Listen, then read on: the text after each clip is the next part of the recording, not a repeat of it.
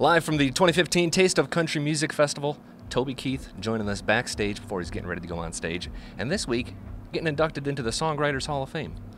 Yeah, pretty big week for me. That certainly is. It's probably the only award or honor that I ever wanted to accomplish or receive, and I'm honored that they inducted me in. There's only a few people in there in my genre in that Hall of Fame, and it's very special. Is there an artist that's already been inducted that you mentally put your name next to that person's name and kind of had one of those kind of oh my God moments or something along those lines? Well, there's some artists who need to be in there, and, sure. And while I'm there, I'm going to be I'm going to try to champion the cause for Haggard and Roger Miller. Both those guys should be in there for sure.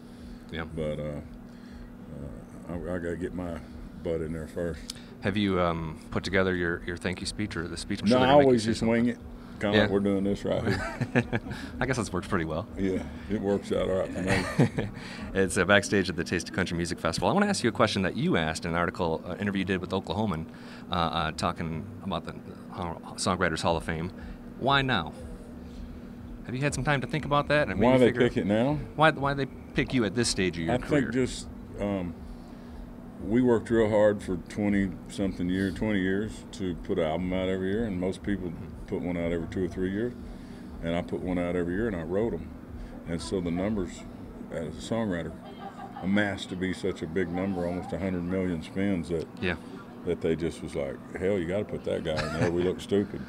Is there like a top 3 songs you could come up with of yours that you've written that? Well, you got to appreciate "Should Have Been a Cowboy" Absolutely. Because it was, it was a lot easier to get Toby Keith a hit, and that's stupid talking about yourself third person. I hate that, but it's a lot easier getting a successful artist a hit when they're already successful. Right. But "Should Have Been Cowboy" didn't have an artist that's successful, so that song had to go stand on its own and create its own deal. And it busted through and set the foundation. All of those songs, "How You Like Me Now," "I Love This Bar," "Courtesy Red, White, Blue," "Beer for My Horses," sure. "Who's Your Daddy," "American Soldier," all that stuff through there was all big 4- and 5-, 6-week #1. So they were all big-time songs. It's Toby Keith backstage at the 2015 Taste of Country Music Festival, and I understand that recently you had your heart broken when your son decided to go to the University of Arizona instead of Oklahoma. Arizona State. Arizona State. He didn't break my heart. He actually made me really proud. He graduated top of his class, and he had a football scholarship to Lamar, and he had a business school scholarship to Arizona State. So I think he's going to combine the two and probably play football at Arizona State and go to school as business scholarship. But he's not a slacker, and he lives in a world where he could be entitled, but he works hard. I mean, on all your kids, and I've had a chance to talk to Crystal a number of times, and she's the same way. Is there? I mean, you coached your son right all through school. As a referee, I got to think that's a terrifying experience when Toby Keith's on the sideline chewing me out for throwing a flag. Were you aware of that?